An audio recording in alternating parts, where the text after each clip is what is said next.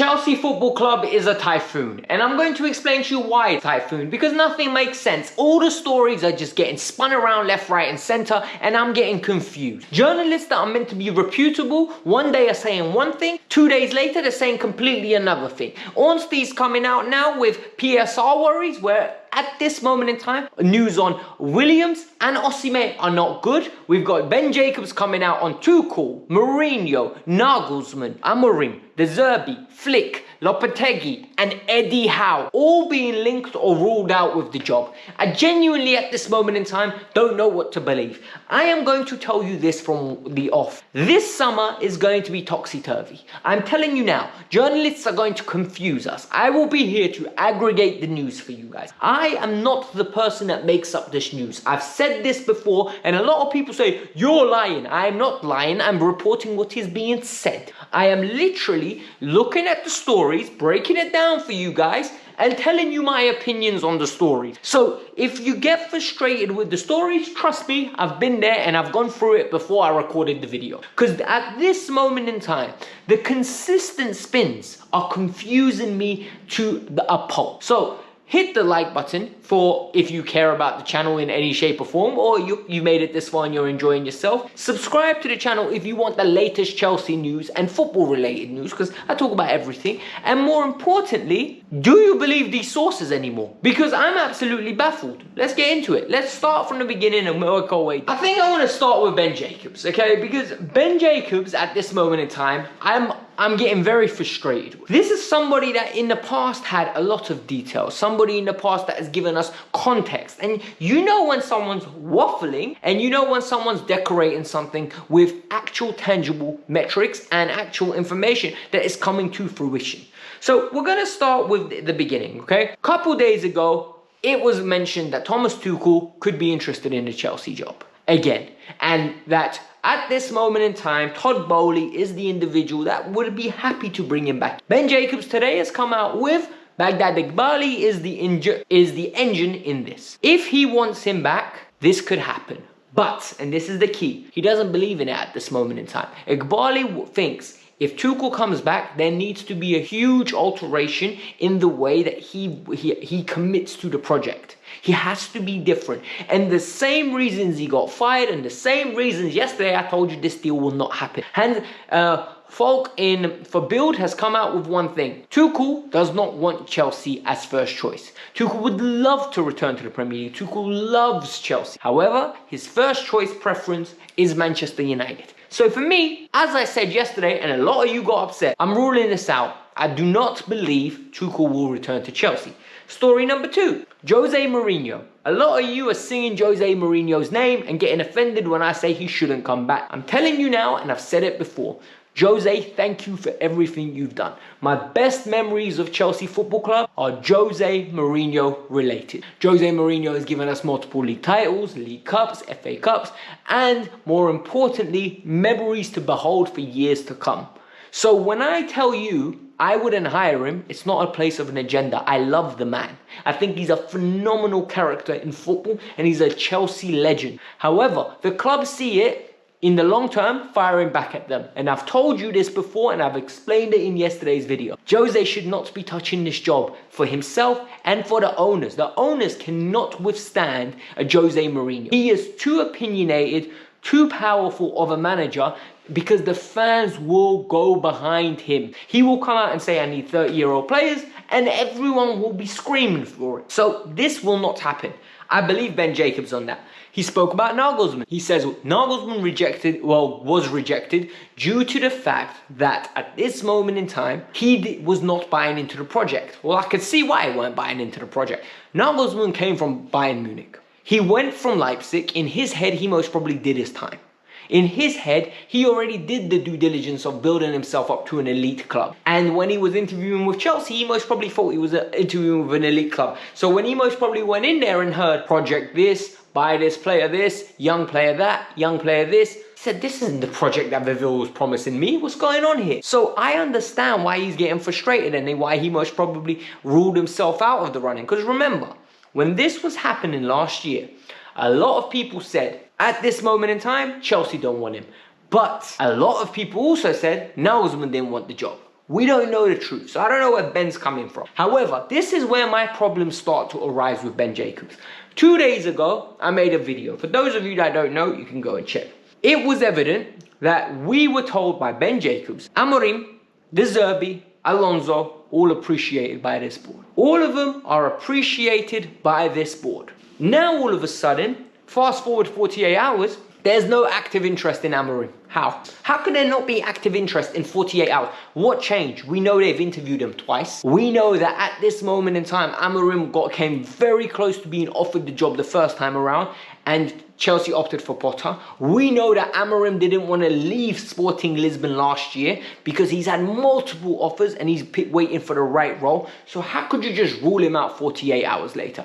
De Zerbi. Apparently, Chelsea wouldn't go for De Zerbi now, and De Zerbi has no interest for the job. How is that possible? Because we've heard different sources come out with De Zerbi's interested in the role. Chelsea are actively looking at De Zerbi. He is Winstanley's first choice. We've heard all this from Fabrizio, from Ornstein, from Ben Jacobs himself, and now Ben Jacobs is coming out with a different story. Ben, it doesn't make sense. Start making sense. Because the reality is, you need to remember, there are aggregators. There are people like me that look for the news, we collate it, we read the articles, and then report it. So we have a whole audit of videos literally talking about what you said 48 hours ago. Memories aren't that short, mate. We're not goldfish here. None of us are Nemo. None of us. So I don't understand what we're doing here. Like, either you're making these stories up, or you're just doing it for traction.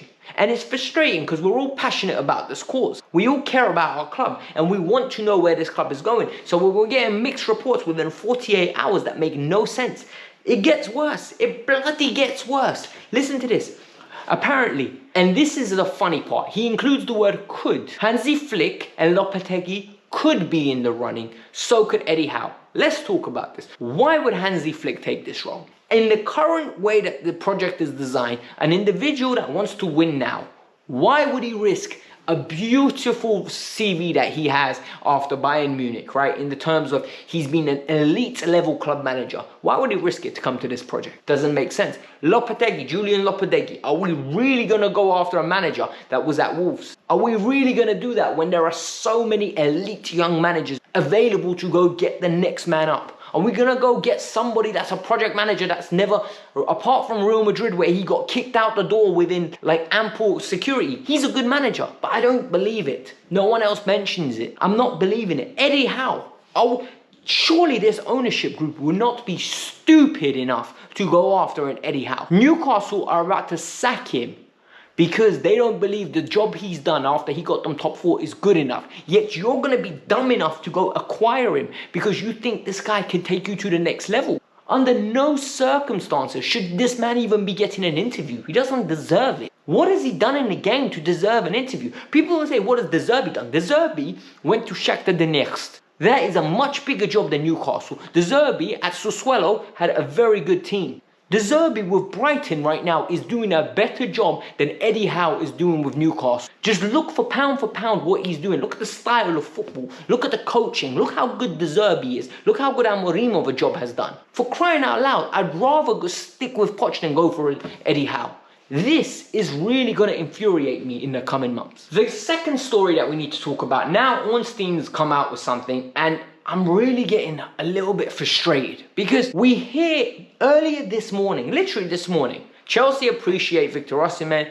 Victor Osimhen is really intrigued by the project, but now we're hearing from David Ornstein, well, Chelsea need to be very careful with the fee and the wages. So we know this. We know this. Why is this information getting relayed to us again? Chelsea don't want to pay big wages. Well, that's not necessarily true, right? They might not want to pay big wages up front now, but the reality is we've always been told if a big player becomes available, they'll do it. And what was funny is the same things was said about Caicedo. Chelsea won't pay big wages. Caicedo was signed. And at this moment in time, Victor Osimhen looks like we're in the running for him. Fabrizio only this morning said Chelsea are fully in the running for this player. They do not want Victor Gyökeres, they want Victor Osimhen.